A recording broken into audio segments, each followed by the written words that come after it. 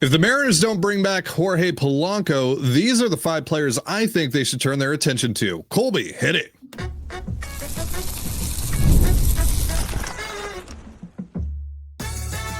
You are Locked On Mariners, your daily Seattle Mariners podcast. Part of the Locked On Podcast Network, your team every day. Ahoy, sailors. It is Tuesday, November 25th, 2025. You're listening to the Locked On Mariners podcast, part of the Locked On Podcast Network, now the #1 sports podcast network.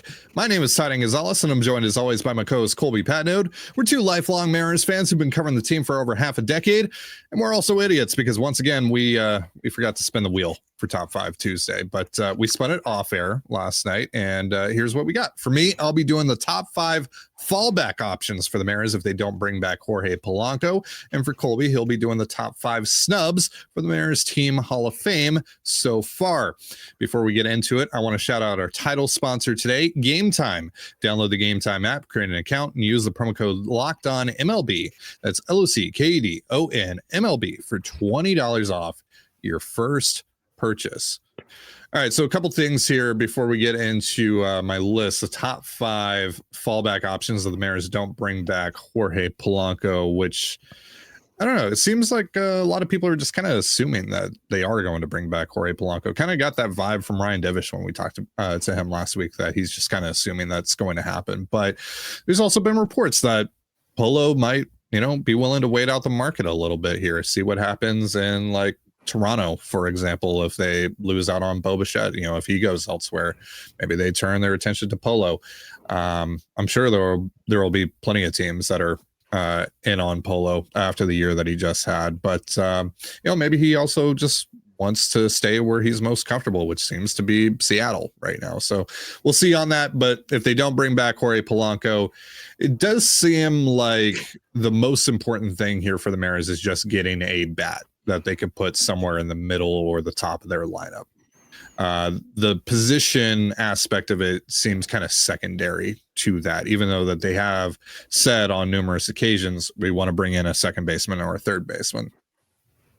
So just saying that real quick here, because there are a couple of guys on my list that don't play second base or third base, because again, it seems like the bat is the priority ultimately, and they can make that work. They can make a full-time DH work because they can just have Dom Canzone and Victor Robles platoon out in right field right now. And obviously if they brought back Jorge Polanco, that's what he would be primarily doing, right? He would be the primary DH. He wouldn't be playing a ton of second base, because they want to try and give Cole Young some runway here to take that job and run with it. So, and also options in general are just limited, by the way. If they lose out on Jorge Polanco, things get kind of tight here.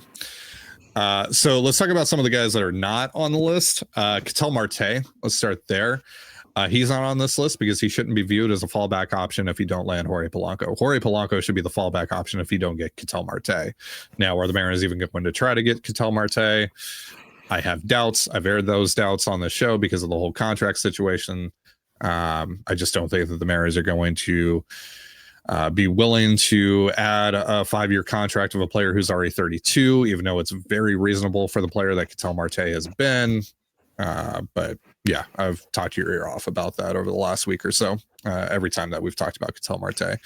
CJ Abrams is also on this list, like we talked about, or like he's not on this list rather, like we talked about during the NL East trade preview series. Like at the plate specifically, there really isn't anything that Abrams does particularly well. When he does get on base, he steals bags. That's probably his best tool that he has, but he's also a terrible defender.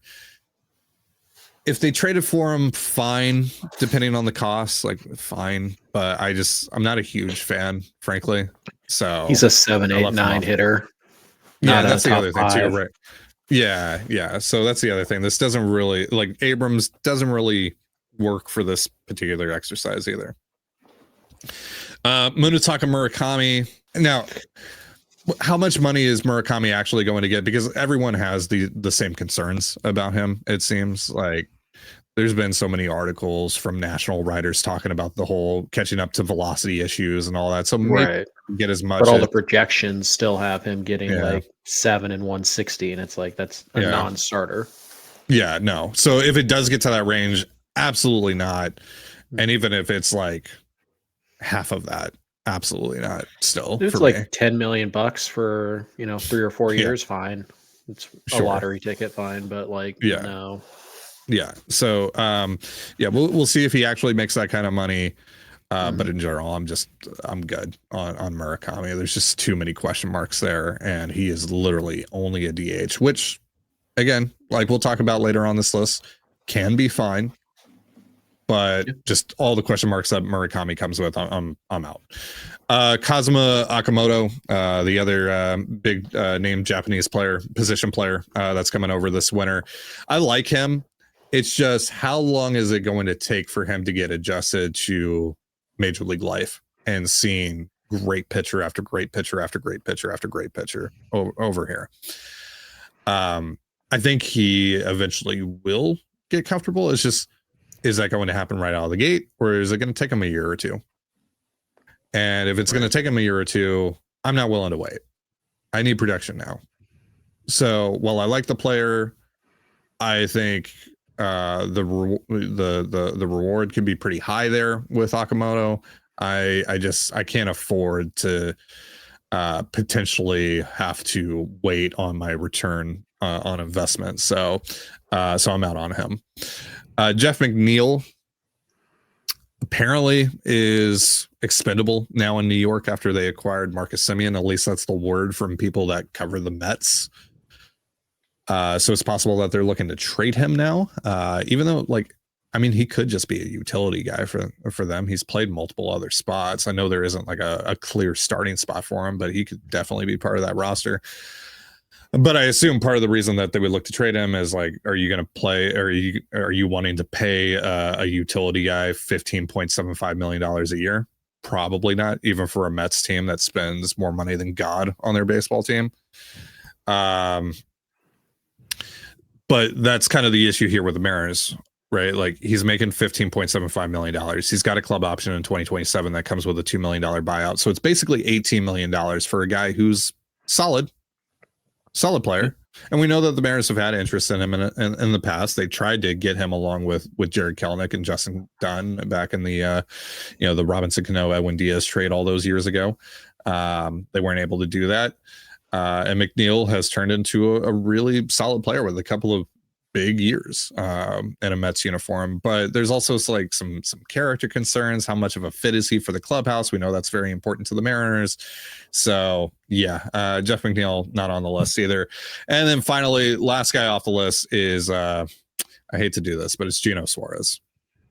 It's just, look, I love Gino a ton. He was just so bad at T-Mobile Park after the trade. He hit 111, 192, 287 in 120 plate appearances. And he's going to get paid. He's going to get paid this winter, I think. Because, third base sucks in general in Major League Baseball. And naturally, as a result of that, the free agent market for third baseman and just the trade market, just the market in general for third baseman sucks. So after Alex Bregman goes, after he signs, all eyes are going to be on Gino. So I still think he's going to get a 2, maybe even a 3-year deal worth, a pretty nice penny. I'm just not willing to pay that, considering how bad it looked at T-Mobile Park specifically. Love the guy, forever a Mariner legend, but I just don't think that would be a wise use of limited money that the front office has. I think they could add a couple players for maybe the money that it would cost to get Gino, and they would ultimately be better in the end. It's just such a huge risk. I know they love him. I know the clubhouse loves him, but I don't think that would age well. So I got time here to do one of my top 5 guys before we go into the next segment. So let's do number 5 here. Jake Cronenworth, favorite of ours, Colby. So this should come as no surprise that he's on this list. We've loved Jake Cronenworth since before he even got shipped over to San Diego from Tampa Bay when he was kind of on the chopping block there. Yeah, he was in our offseason plan because of me. I discovered him. Sure. Jake Cronenworth has been just such a solid player for his entire career. The issue here, it's a similar thing like Ketel Marte, right? Where it's 5 years. Are the Mariners going to be willing to sign up to add a contract of a guy that you're going to have to pay into his late 30s? Same thing as Ketel Marte. Now, obviously, Marte is making, I think, $103 million over his final 5 years of his contract, whereas for Cronenworth, it's about $61 million. There's a pretty big difference there, but Marte is also significantly better than Cronenworth. So if we're going to air those concerns about, like, are the Mariners actually going to be willing to take on that contract with someone like Ketel Marte, we should absolutely air those concerns with someone like Jake Cronenworth, which is why I think Cronenworth probably not even going to land on the Mariners' radar, even though I think he should, especially because options are going to be limited. If they don't bring back Jorge Polanco, they might just have to get uncomfortable and do something like this. And look, Cronenworth, like, I think that contract should age fine. He's been, about a 2 to 3 win player pretty much every single year outside of 2023.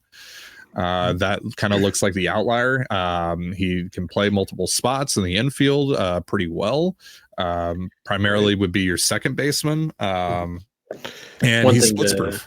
Yeah. One thing to keep in mind with Cronenworth, if you're looking at the WAR and you're not that impressed, the WAR's been nerfed a little bit because he's been stuck at first base, where it's really hard to gain defensive value. Cronenworth's a really good athlete. Probably not, the above average to plus second baseman he could have been. But obviously the Padres have had a lot of expensive infielders over the years, and they've kind of pushed Cronenworth into a corner at first base where his defensive prowess has not really been allowed to garner much value in WAR formulations. It's just the way WAR works. First base defense isn't really properly accounted for. And so first basemen typically have lower WARs than they otherwise would if they, did have a good way to judge first base defense. I mean, remember back in the day, like Evan White was like a negative defensive player according to Fangraphs WAR.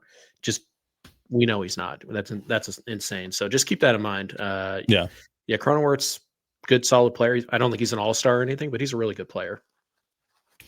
Yeah, he is. And he's less of a middle of the order bat, more of a top of the order bat. Like, he would probably be your new leadoff hitter if the Mariners acquired him.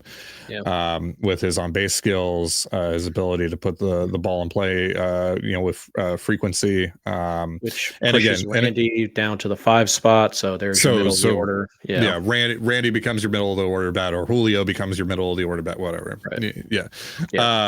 Really like Cronenworth. It's just, again, are they going to be willing to take on 5 guaranteed years of a guy making over $10 million into his late 30s? Probably not. So, all right, we will get into my top 4 fallback options of the Mariners miss out on Jorge Polanco in just a moment. But first, a reminder, this episode of the Locked On Mariners podcast is brought to you by FanDuel.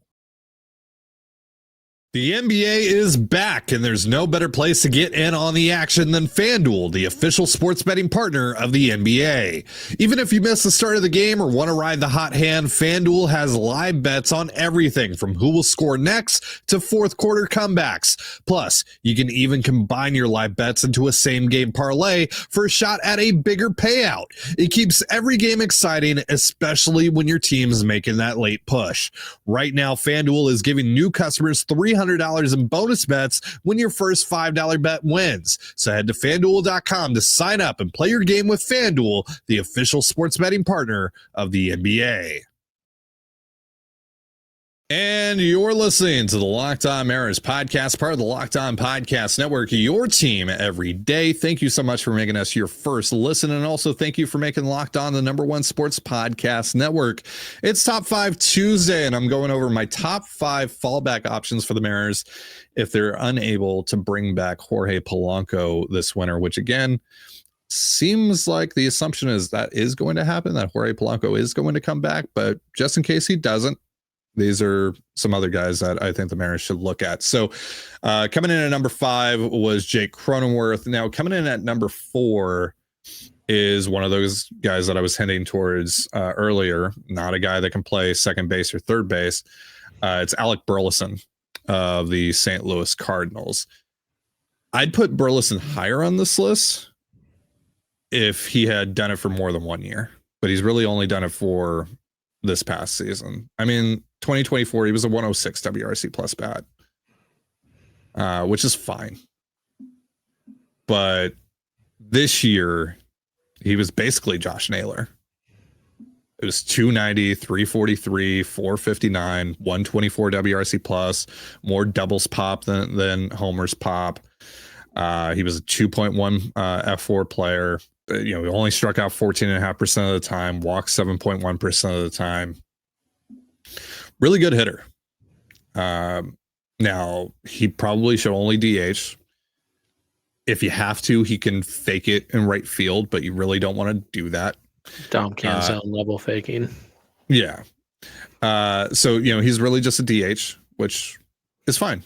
That can work. Because again, Jorge Polanco would primarily DH if you brought him back. So you can absolutely make this work with Burleson. It's just he doesn't give you any flexibility outside of that.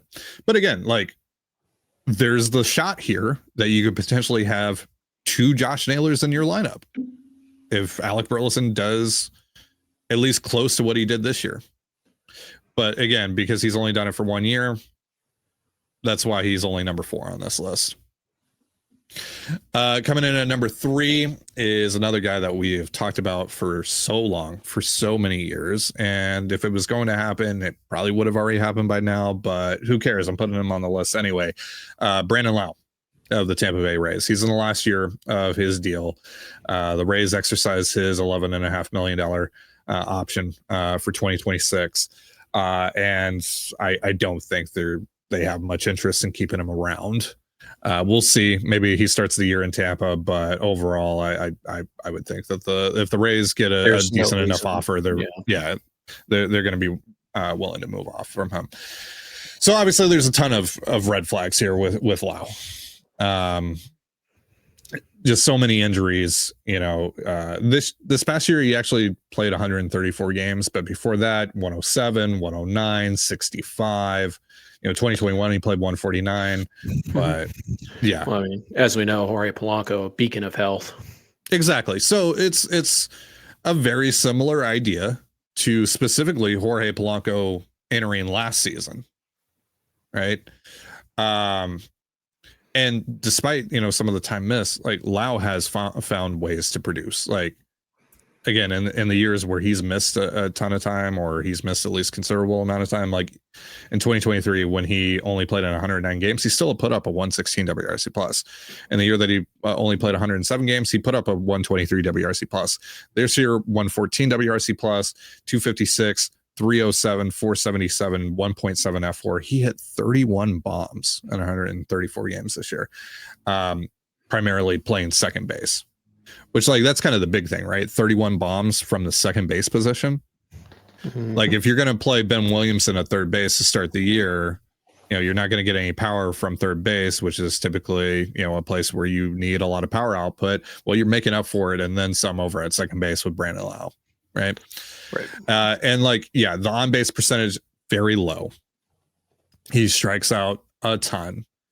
But if you're interested in bringing back Eugenio Suarez, you should be interested in Brandon Lau, because Eugenio Suarez got on base at a sub 300 clip this past year. So, yeah. It's not a guy that you're paying to take walks. It's a guy you're paying to do damage, hit the ball out of the ballpark. And this is him into a lineup with enough on base percentage, you can have a guy like this in the middle of it and be fine. Yeah, this is the middle of the order bat here when we're doing this exercise. So the other thing too is he's basically been unplayable against lefties. I mean, his splits are kind of all over the place, but for the most part, his numbers for 3 of the last 4 years have been just straight up unplayable against lefties. He also hasn't gotten a ton of playing time against them in general. I think what makes him attractive is that he is a rental. He does have injuries in the past, and he is a bit of a platoon player. You add all those up. He's also, I know his defensive metrics have kind of gone up and down at second base, but he's not great out there. He probably should be a DH, and this will all combine to make Brandon Lau pretty cheap. I don't think you're giving away a top 100 prospect to get this guy. No. So I mean, probably more of a bulk deal, and maybe it's a tie Pete, and it's a tie Pete. If you do give up a top 100 guy, it's going to be one of your lower end ones. So yeah, I think to me this is a really good target because he's going to be cheap and he does fit the ballpark pretty well and he does fit the lineup pretty well, and he does not block Cole Young, because if Cole Young wins that job at second base, I have a DH. Yeah, exactly. So coming in at number 2, this one also should not be a surprise. It's Brendan Donovan, who was in our offseason plan. Same idea here as Cronenworth, where this is more, a leadoff hitter who's going to push either Randy or Julio into being your middle of the order bat. So yeah, the deal with Brendan Donovan if you've been watching the show. 287, 355 or 353, 422 this year, 119 WRC plus. So you can play second, you can play third, you can play some corner outfield. In our offseason plan, we put him at last year and the year before that. And he's been so consistent. I mean, he's missed some time. Like in 2023, he only played 95 games. This year, he only played 118 games. So there's a little bit of a, injury stuff there. But in general, like Donovan's just been so consistent. Again, he's a fantastic defender. He can play multiple spots. He hasn't played a ton of third base, but I think he could do it just fine. Again, we put him there in our offseason plan. He's been fine-ish against lefties. So that's like something that should at least be noted here, but he doesn't strike out. He takes a fair amount of walks. Like he's a really, really good player.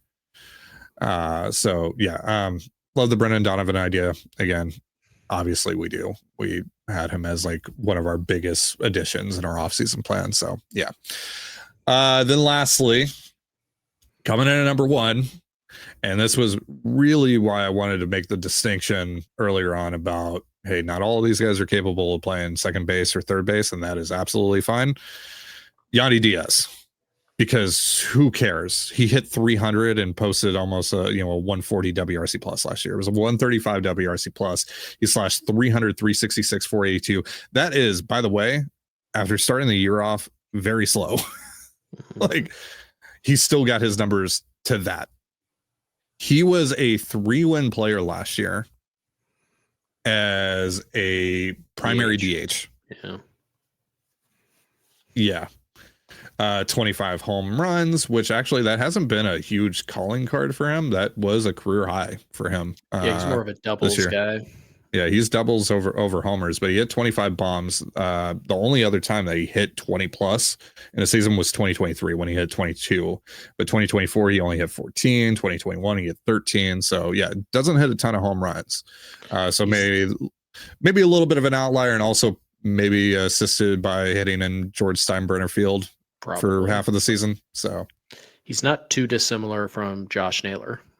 It's just like he's a little more to the extreme of Josh Naylor, where he's going to hit for a little bit more average. He's going to have a little bit more on base. He's going to have a little bit less power. So he's kind of the extremes of Naylor, but he's really good. Well, and again, like I said with Alec Burleson, would you like to have a second Josh Naylor in your lineup? I would personally. Yep. So yeah, this one's already too. Yeah. So, obviously there's like the potential Randy Yandy beef that's been speculated on the last couple of years. Again, like I said, a couple of years ago or, a year and a half ago when they acquired Randy and they were still looking at Yandy and there was all that talk, figure it out. You're professional baseball players. Figure it out. I just need you to figure it out for a year. Also, they coexisted for 2 years after the incident or whatever it was, just fine. Also, things are a bit different now. I mean, more time has passed in general. Mm-hmm. Time heals all wounds, blah, blah, blah, blah, blah. But also, like, Randy is now settled in. Whereas, back when we were having those conversations, he wasn't, he was going to visit the Rays and their clubhouse and all that stuff. Like, now he's settled in. He's become part of the core in Seattle. Yandy is the newcomer coming in and having to earn the respect of the teammate, not Randy. Yeah. And again, it's only for 1 year. It is for 1 year. They've coexisted. Even if this problem is a real thing, they've coexisted just fine in the past. They can do it again for a year. And oh, by the way, this is a team that wants to win the World Series that people believe can win the World Series. I think they're going to, squash whatever beef they might still have and just let it go for a hot minute. And, Yandy is an incredible player. And, oh, by the way, we know the Mariners have tried to trade for him twice. So they tried to trade for him at the deadline where they got Randy, and they also tried to trade for him last winter. So this is a player. And again, Tampa Bay, there's no reason to hold on to Diaz. None. They're not going to extend him the qualifying offer if that's even a thing in the new CBA. And they have Aranda at first base. They have young players they want to play. And Yandy is 34, 35 years old. There's no reason for the Rays are at best the fourth team in that division. Like there's no reason for them to hold on to Brandon Lau or Yandy Diaz. And I would pay more for Yandy than I would for Lau. But, again, I think if it costs you a top 100 guy, it's like a fringe top 100 guy, like maybe a Felman Celestin at most. Yeah. But we'll see. So Tampa Bay picked up his 2026 club option, and apparently they added a conditional club option for 2027 as part of an extension. So he has a 2027 club option. There's no buyout. It's for $10 million. It vests to $13 million with 500 plate appearances in 2026. So so unless he gets hurt, you get him for 2 years, which fine. So that would be great. Yeah, if you were able to get Yandy for 2 years at that cost for the production that he puts forth, like that would be insane. So love Yandy Diaz. And the cool thing about this as well, he could be your middle of the order bat. He could also be your leadoff hitter if you want him to. Yeah, not going to steal bags, but he he got on base at a 366 clip this year. His career on base percentage is 372. Yeah. So he actually had 366 was below his career norms. Yes. He just made up for it by setting a career high in home runs. Yeah. So dude's a really good hitter. He's very good. So there you go. That's the list. Top 5 fallback options. The Mariners fail to get Jorge Polanco back into the fold. Coming in at number 5, Jake Cronenworth. Number 4, Alec Burleson. Number 3, Brandon Lau. Number 2, Brendan Donovan. And number 1, Yandy Diaz. And you're listening to the Locked On Mariners podcast, part of the Locked On Podcast Network, your team every day. As always, if you want to hear from me and Colby even more and help support the show, we have a Patreon. It's called Control the Zone, and on there we talk Mariners, Seahawks, all that good stuff. For more information, go to patreon.com/Control the Zone. Link in the description of this episode. So my portion of Top 5 Tuesday is in the rear view mirror. Now it's Colby's turn with the top 5 Mariners Hall of Fame snubs. So top 5 people who should be in the Mariners Hall of Fame, who aren't yet, who've gotten snubbed so far. I described it more so to you as like the top 5 people who need to be in. I didn't really know the best way to describe it. Snubs will work just fine. I understand what a snub is. Okay. Have they actually been snubbed though? Right. Because so that's why I worded it that way. Kyle Seager was on my list. When I log in today to record this episode and I see snubs up there, I'm like, wait a minute. Well, Seager, it makes sense that he's not in yet because he retired in 2021, or he last played a Mariners game in 2021. And there's Ichiro weekend. There's been Randy Johnson. Like the Mariners don't like to double book these things. They like to give the player like their year or whatever. And then they kind of do it that way. So Seager not being in, he's not a snub. It's just, he needs to go in at some point. So I'll replace him and I'll just mention him. Other players who also kind of fall into this, like you just got to give it a little bit of time. And I think they'll eventually be put in. I hope at least Mitch Haniger. And I hope Robinson Cano also, end up in the Mariners Hall of Fame. And then for other honorable mentions who, very close to being on this list. You could make an argument that they should be on this actual list, but Raul Ibanez, dude played 11 years here and was pretty darn good for the Mariners. I get it, not consecutively, but how many players have played for the Mariners for 10 years and are not in the Team Hall of Fame. Raul might be the only one. So that's a good question. That's a really good question. And also Freddie Garcia, I think, deserves some real consideration here, as well as Kazuhiro Sasaki and Jeff Nelson. Just obviously relievers. It's tough for them because they just don't play that much. It's tough for them to crack the code and whatnot. But anyway, so there's the honorable mentions. I'll go with Seager, Freddie Garcia, Robinson Cano, Raul Ibanez, and Mitch Haniger. Some of those guys I think will get in eventually. So anyways, coming in at number 5, we have a guy we talked about a lot, Mike Cameron. Absolutely deserves to be a Mariner Hall of Famer, not only for what he did on the field, but who he came in and replaced. He filled the shoes of Ken Griffey Jr. and didn't miss a beat. Mike Cameron was an elite center fielder. He had incredible years for Seattle. The only reason he didn't play the 5 years, which is a BS, just arbitrary time, arbitrary restraint, is because the Mariners non-tendered him in the last year of arbitration, which was a mistake, by the way. So Mike Cameron absolutely deserves to be in the Mariners Hall of Fame. He's the second best center fielder in franchise history. Well, Julio might have passed him already, but yeah, I think Julio passed him. Yeah, so third best. But keep in mind, the Mariners have had some center fielders, man. Like, it's not just Griffey and Julio. It's Cameron, it's Franklin Gutierrez, Ichiro for a couple years, like Dave Henderson. Like, they've had some dudes who could play center field. So let's not overlook that position.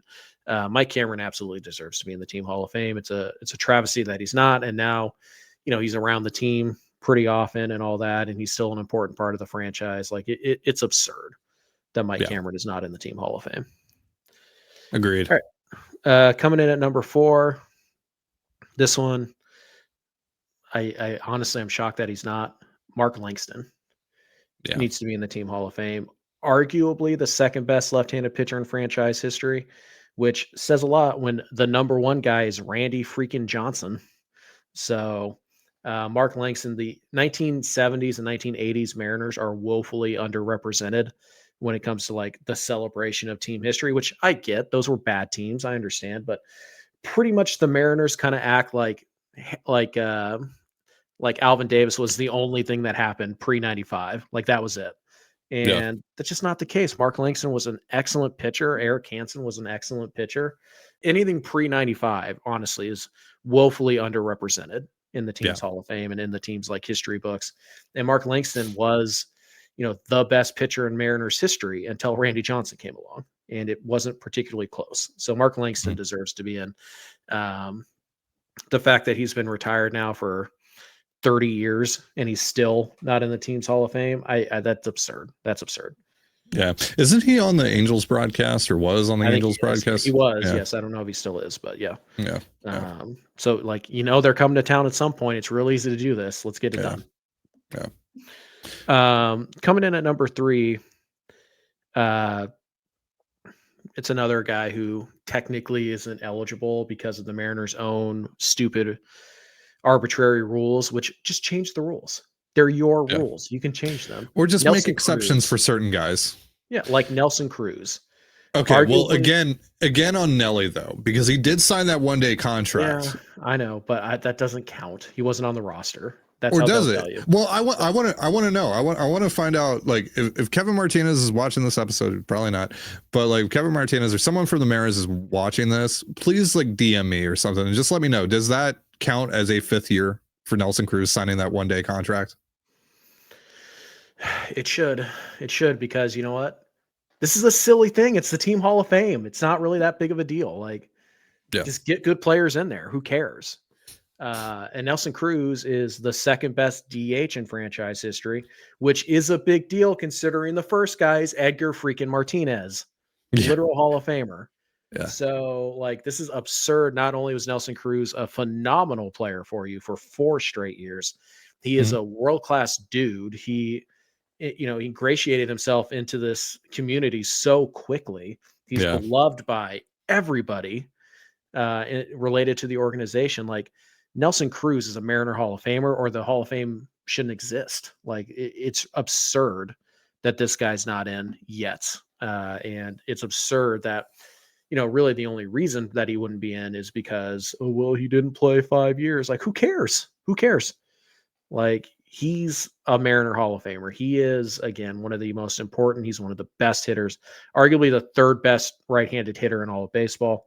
And again, when you compare that to the guys who are ahead of him, that says a lot about who Nelson Cruz is. And that's not, again, that's not counting the contributions he made off the field and how he endeared himself to this community in such a short amount of time. Nelson Cruz is a Mariner Hall of Famer. And if you disagree, you're wrong. That's just the way you're wrong. You're objectively wrong. Yeah. And that's the nicest thing I can say about that. So yeah, enjoy your wrongness. Number 2, easily the most debatable. But again, if you disagree with me, you're wrong. Alex Rodriguez should be a Mariner Hall of Famer. He should. Alex Rodriguez is arguably the greatest baseball player to ever wear the Seattle Mariners uniform. It can be debated, but because you, the person listening to this, you were gaslit into thinking that, oh, he was a greedy, selfish 27-year-old who took $250 million instead of taking our totally legitimate $70 million over 4-year contract offer. Like, you've been brainwashed by the cheap Mariners ownership who was like, oh, well, we can't possibly play the greatest player ever before Barry Bonds did his thing. Like, we can't possibly pay that guy $25 million a year, but that's his fault. He was greedy. He took the money and ran. Like, he took $170 million more dollars. You cheap, can't say that word. So yeah, it is self-censor. It is absurd that Mariner fans have allowed this, and sports hate is fun. Like, throwing the monopoly money in the air, fine, whatever. It's time to let bygones pay be rod bygones. and all that. It's fine. Yeah. But it's time to let bygones be bygones. This guy was an incredible player for you for 7 years. Yeah. He's won a batting title. He was an MVP candidate for 6 years. He was an all-star, Gold Glove caliber shortstop. He's a Hall of Famer, even though he's not, blah, blah, blah. Like, yeah, there's obviously there's the steroid aspect of all of this, which didn't happen in Seattle. And by the way, nobody cares about the steroid bust when it comes to Nelson Cruz, do they? Which also didn't happen with the Mariners. Let's have some consistency here. Yeah. Okay. It is absurd that people are just not like Alex Rodriguez. Absolutely a team Hall of Famer. Absolutely. He is. People like to talk about like, oh, you can't put everybody in the Hall of Fame. It'll diminish its value. Well, A, it's a team Hall of Fame. Who cares if the value is diminished? It's not a real thing. But also B, it diminishes it more when the greatest player to ever wear your uniform is not in it. Like, here's what I would say about this, right? When LeBron left Cleveland for Miami, right, and people were burning his jersey, and the owner put out that letter, trashing him and all that stuff. Even if LeBron never came back to Cleveland and didn't win that championship and all that, do you really think that, at this point, or 5-10 years down the road, once LeBron finally retires and all that Cleveland would never retire his number? They would never honor LeBron James. Like, come on. Now, obviously, like, LeBron doesn't have, a steroid scandal type of thing or anything like that. There's other stuff with A-Rod. It's not the perfect comparison, but still, you get what I'm saying, right? That, like, the guy left the team that he developed within, that he made his identity with. Fans were upset. The team itself was upset. They would still honor him. Like, he's a free agent. He doesn't owe you loyalty. He doesn't. Like, that's not his job. And by the way, we're not even talking about retiring the guy's number, which you should also do while we're at it. We're talking about putting him in a team Hall of Fame and giving him a little plaque that's tucked behind a concession stand behind home plate. Like, what are we doing? Alex Rodriguez is arguably the best player in a franchise that includes Randy Johnson, Ken Griffey Jr., Edgar Martinez, Ichiro, now Julio, now Cal. And he is better than all of them. He had better Mariners careers than all of them. And then he left because the Mariners ownership was too cheap to give the guy the money that he deserved. And then even if it was just like, oh, we just can't do 250, like 250 million, we just can't do that for anybody. Then you say, I'm sorry. Then you just say to your fan base, like, we just weren't willing to do. than try and villainize the 28-year-old who's making life-changing money to go sign somewhere else because you are too cheap to give him that contract. By the way, Mariners ownership at the time, they did this with Randy Johnson too. It's why it's taken them so long for Randy and the Mariners to kind of mend fences, is because the Mariners ownership tried to gaslight fans into saying, and the rest of baseball, by the way, that Randy Johnson has a bad back. It's never going to get better. He's done. His career's over. So they traded him. They said, he didn't want to sign here. He was the bad guy. And then he just went on to win like 5 more Cy Young awards and be the best, arguably the best pitcher ever, pitch for another 15 years after you traded him. And you never even apologized. Shame on you, Chuck Armstrong. Shame on you, Howard Lincoln. Shame on the old ownership group. Like, how dare you? Time to wake up and address the wrong that is Alex Rodriguez. The sports hate was fun. I get it. It's over. Yeah. It's time to move on, and it's time to honor arguably the best player to ever wear the uniform. Now, number 1 is an easy answer. If we're going to be divisive with number 2, let's pick somebody at number 1 that we can all agree. Yeah. Hisashi Iwakuma. No. But maybe. Like, I wouldn't hate it. Yeah, maybe. Yeah. But no, Rick Riz is by far the easy one of ones. Yes. Like, Rick Riz is the Seattle Mariners. He is, again, arguably the second best broadcaster ever. And number 1 is Dave freaking Niehaus. Like, what are we doing? Yeah. Start honoring this number 2 guys because they're really good. Yeah. And so Rick Riz has been here, for 40 years now. And yeah, he had the little break where he went to Detroit. But yeah, it's been like he's been on the mic for some of the biggest calls in franchise history. He's an icon. When the Mariners clinched the playoffs for the first time in 21 years, who's the first person they show up on the video board? It's Rick Riz. Who's the one that they have the cam on because they want they want the call to be made by the voice of the Seattle Mariners? It's Rick Riz. Rick Riz is who's the guy that welcomes you to T-Mobile Park? Like, yeah, yes, like, it's Rick. Rick is the voice of the Mariners. I mean, it was Dave, but like Rick is, and they've tried very hard not to have that second guy come in, but it's Rick. Yeah, it's Rick. It's Rick. And someday it'll probably be Aaron. Yep, agreed. Yep. But it's Rick Riz. And again, I mean, we're already starting to see that transition with Aaron. Right. But that's the thing, is like, get Rick in this team Hall of Fame before he retires. Like, you did it with Niehaus. You didn't have a problem doing it then. Do it with Rick Riz. He deserves that level of respect. He is so important to the Mariners. And by the way, there are other people who are not players who should be in the team Hall of Fame. I think Kevin Martinez is that dude is the Seattle Mariners. Kevin Martinez should be in the team Hall of Fame. I think Rick Griffin should be in the team Hall of Fame. Yeah. I think people like Gary Hill are well on their way to being in the team Hall of Fame because they mean so much to the franchise with very little recognition of their importance. And this is a way to honor them. So it's not just a place for players. It's not just a place for managers. Rick Riz deserves to be in, and that Rick Riz is the first step to acknowledging that, like, hey, you don't have to wear the uniform to be an incredible and important part of our franchise's history. And, Dave was kind of the first one, but it's been 20 some odd years since the Mariners have put a non-player in their team Hall of Fame. It is time for that to change. And Rick Riz is the perfect person to do it with. So piggybacking off of that, how do you feel about beat reporters, specifically Larry Stone? Yeah. I mean, I'm fine with it because, again, it's a team Hall of Fame. Like, to me, again, the idea of the Hall of Fame is not to be this like exclusionary thing. It is to be, it's a museum, and it's hard. You tell the story of your franchise. Well, one of the ways you do it is with the storytellers, and Larry Stone is a storyteller. So, like, Major League Baseball, the Baseball Hall of Fame has sports writers and broadcasters in it. Yeah. So it makes sense that the team Hall of Fames would follow suit. So I'm fine with it. Again, I think the Hall of Fame is about celebrating your history, both good and bad. And you have to, and how you make it mean something is that you don't ignore the parts you don't like. You don't ignore the, like, oh, well, the 80s kind of suck, so let's just push all those players off to the side like they don't count. Sure. Like, oh, well, Larry Stone was critical of the ownership group a couple times. We don't want to honor that. It's like, why? Like, embrace your franchise's history, learn from it, celebrate it. And that's how you do that. If you're a baseball team, is with your team Hall of Fame.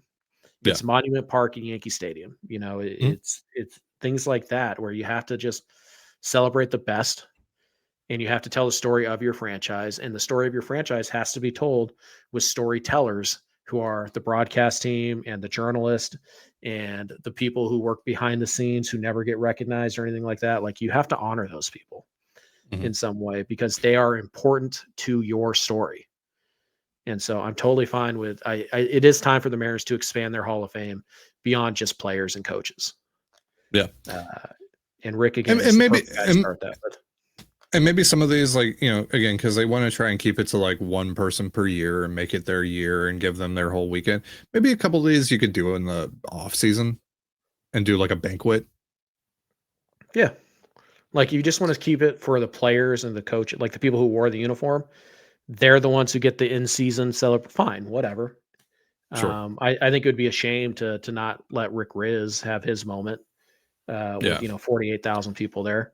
But like there should be an acknowledgement of people who don't actually wear the uniform, who are vitally important to this franchise, like the Kevin Martinez, like the Larry Stones, like the Rick Griffins. There should be a way to honor those people in your team Hall of Fame. And it's been way too long since the Mariners have done that with a non-player coach.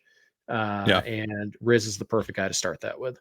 All right. That is going to do it for our show. Thank you so much for joining us here on the Locked On Mariners podcast, part of the Locked On Podcast Network, your team every day.